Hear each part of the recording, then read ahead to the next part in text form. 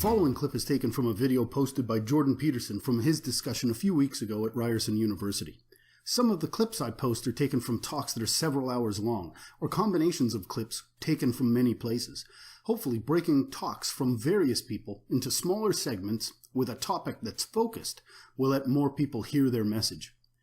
A student in the audience has just asked, so if the current proposition is too extreme, do you have a theory with regards to how we do expand the equality without going to such extremes? I think we're doing a good job of that right now. I mean, how fast could you even hope for things to change? Look at what's happened to the situation with women since 1970. That's changed so fast that people can't even keep up. It's not obvious, by the way, either, that it's been particularly good for women. Now, you could make a case that it was good for society. Maybe. It's a tough one, because the birth rate has plummeted.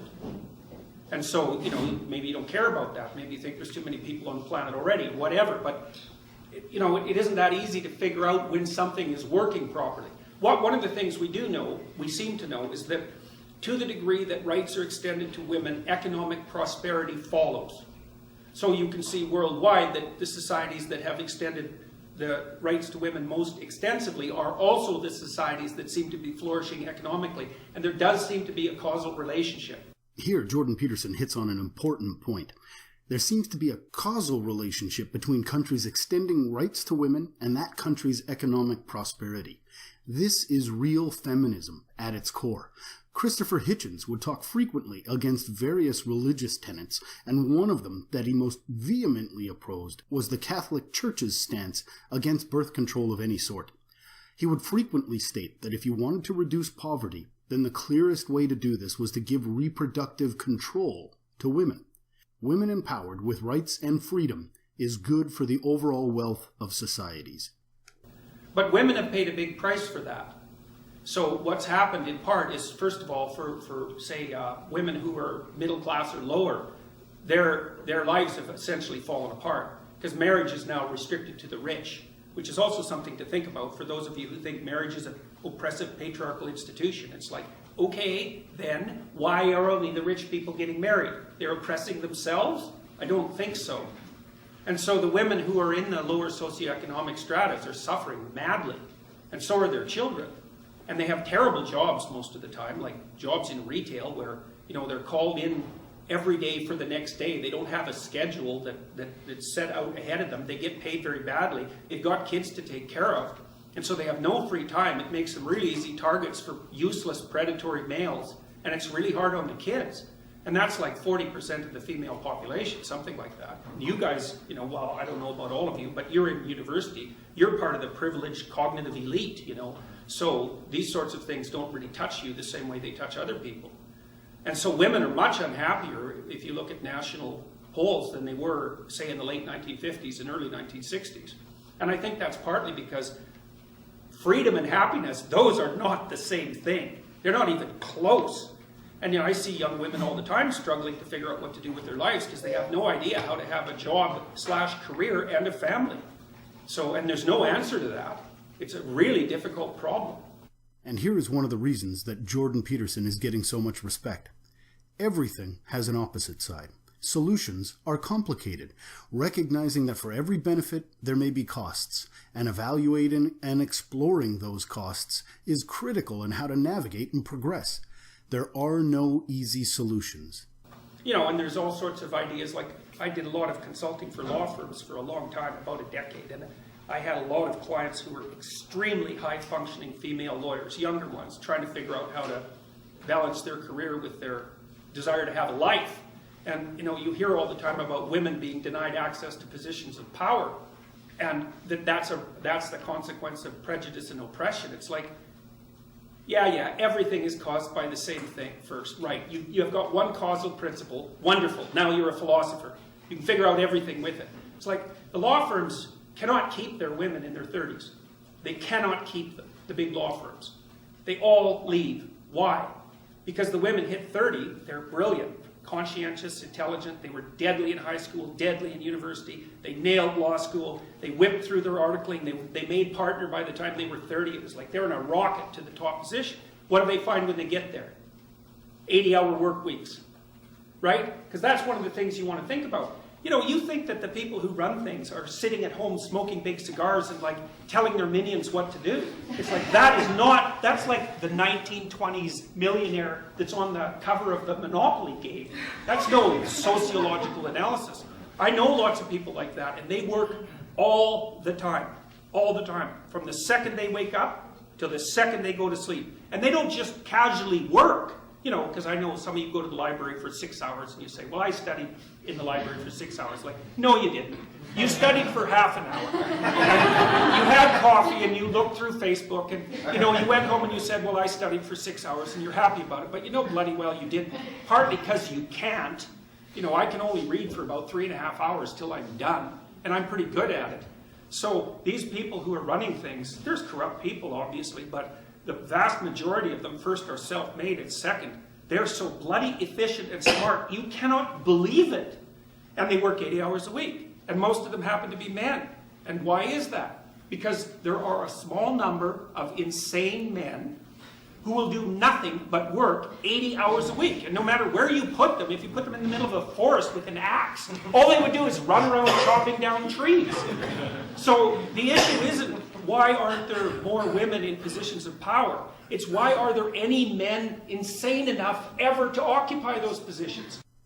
How would Steven Pinker say that? So even in cases where the mean for, say, women and the mean for men is the same, the fact that there are more men dispersed at the extremes means that at the tails, the proportion of men would be higher at one tail and higher at the other. As it's sometimes summarized, more prodigies, more idiots.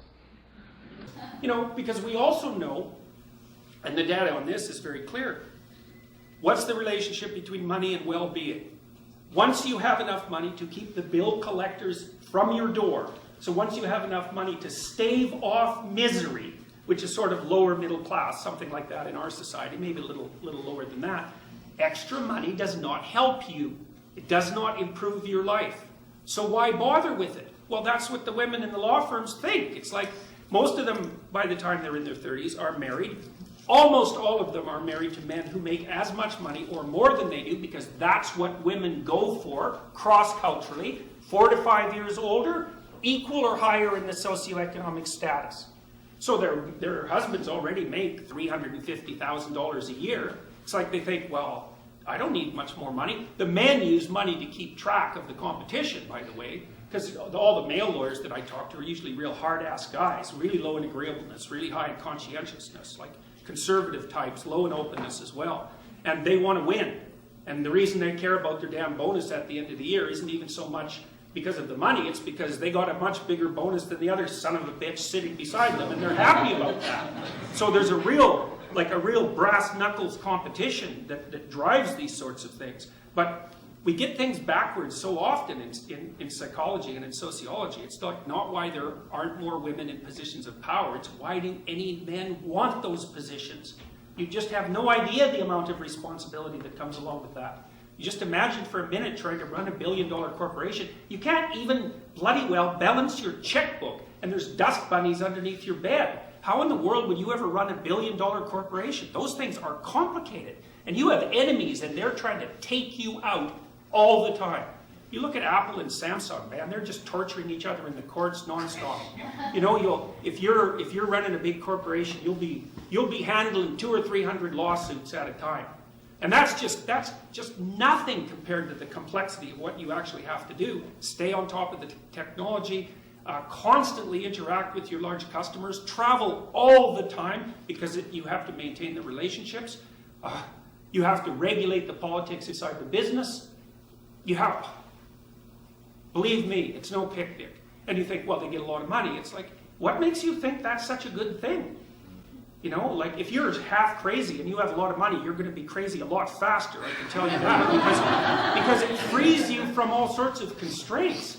You know, we know the data on lottery winners. They're no happier a year later, and some of them are done, especially if they had like a bit of a cocaine problem to begin with, because, you know, being broke stops you from dying if you're a cocaine addict. You get enough money and away you go. And you think yourself, you know, you've got all sorts of bad habits and weirdnesses. If somebody dumped an infinite amount of money on you, what makes you think you wouldn't unravel completely? It's highly probable. So anyway, so back to these women. You know, what they do when they're 30 is they look around and they've hit partners, so they've hit the pinnacle of their profession. They think, what the hell am I doing this for? Why would anyone in their right mind want to be woken up at 3 in the morning Sunday by their irate Japanese client who wants them to work for the next 5 hours non-stop to fix this damn problem, which is going to cost them $100 million right now? Or we'll find someone else to pay $750 an hour to fix it right now. And you think, well, that's, you know, a masculine form of value, because that's one of the criticisms. If the law firms just adopted a more feminine structure of value, it's like, what kind of bullshit is that? The reason that you get up at 3 in the morning on Sunday to talk to your Japanese client who's freaking out about their contract is because if you don't jump the hell up and do it right now, there's some starving associate who's unbelievably ambitious in New York who will pick up the pieces in 0.2 of a second, and they're smart and aggressive and they'll take you out. So it has nothing to do with masculine structures of value. It's all the foolish ideas. And you know, it's not just law where this happens. You know, we know, for example, that female doctors work far fewer hours too. So the more female doctors you have, the more doctors you have to have. And I'm not complaining about women's priorities. I'm not saying the women are wrong. Not at all. It's like the older I get, the more I understand that marriage and family are of primary importance. And the more I see women in particular, you know, they hit 35 or 40 and they're not married and they don't have kids and they are not happy. Because what the hell are you going to do from the time you're 40 till the time you're 80? You got no family? You got no relationships? What are you going to do? Go run your company. Yeah, well, if you're 1 in 1,000, that'll satisfy you. So you bloody well better make sure you're that 1 in 1,000, and you're probably not, because those people are rare. So then, because Dr. Peterson, one of the natural responses to what you said would be, okay, well, the priorities are, it's a rigged game because only women are the ones who are able to procreate. So what do we answer to that? Of course it's a rigged game. Obviously it's a rigged game. Women have complicated lives, and the pill has made them more complicated. Well, that's not, I wouldn't say that exactly, because, you know, 100 years, in 1895, the average person in the Western world lived on $1 a day in today's money. Okay, so those people worked so hard and slaved away to such a degree that you can't even imagine it, and all their kids died, right? So the death rate among kids below 5 was beyond comprehension, and so like women had a terrible time of it, and well, so did men. They got to be coal miners and soldiers, because that wasn't exactly entertaining, you know. So life was very, very, very, very, very hard before we got rich, and we're rich. Even those of you who are in this class who think you're poor, it's like, oh, no, you're not. You're in the top 1/10 of 1% by historical standards, and probably there by current world standards as well. Of course, you can just compare yourself to the few people who are richer than you and feel sorry for yourself. But that's pretty pathetic in my estimation. So it's certainly historically uninformed. So yeah, women have it rough, obviously. Now, there's other things to consider. You do live 8 years longer. So that's not trivial. Testosterone kills men. That's basically why men die earlier. You know, and men are much more likely to be killed in dangerous jobs. They do almost all the dangerous jobs. They do almost all the outside work. And there's lots of reasons that men get paid more than women that have nothing to do with prejudice. It's because they take awful, horrible jobs, like working in the oil rigs in northern Alberta when it's bloody 40 below, and come out of that after 5 years with 2 or 3 fingers missing and all warped up, because you really want to wrestle pipe when it's 40 below and it's filthy with a bunch of ornery men who are hungover beyond belief. It's like, that's not very entertaining. So yeah, I mean, each gender, each sex has its own unfairness to deal with, but to think of that as a consequence of the social structure, it's like, come on, really? What about nature itself? And this is something that seems to be completely invisible on the left side of the political spectrum. It's like, of course you're bloody oppressed and your life is full of suffering, obviously. But to think about that as a direct consequence of unjust social structures is just moronic. It's like, that's part of the reason, a small part, but look where you're sitting, people. It's pretty warm in here. And you're so privileged you can come here on Saturday morning and listen to an intellectual lecture. It's like, you should be happy about that, because by historical standards, you should be out lifting rocks in your skeletal form, about 5'3" with no teeth. So Fighting with cougars. yeah, cougars and lions. Yeah, exactly. So there's no gratitude. That's the thing. There's no gratitude for what our society is capable of doing. Ultimately, Dr. Peterson has touched upon many ideas in his answer. He thinks that women make many different choices than men. Their biological and social differences contribute to these choices. The fewer women in the top end of large corporations are as likely to be from the fact that women appear to be making more rational choices about what is best for their lives than anything else. With freedom and rights comes the right to be more free, to make better decisions for yourself. La revolución necesita de tu ayuda. Deposita, suscríbete, comparte los videos, apórtanos en el Patreon para que podamos seguir luchando por la libertad.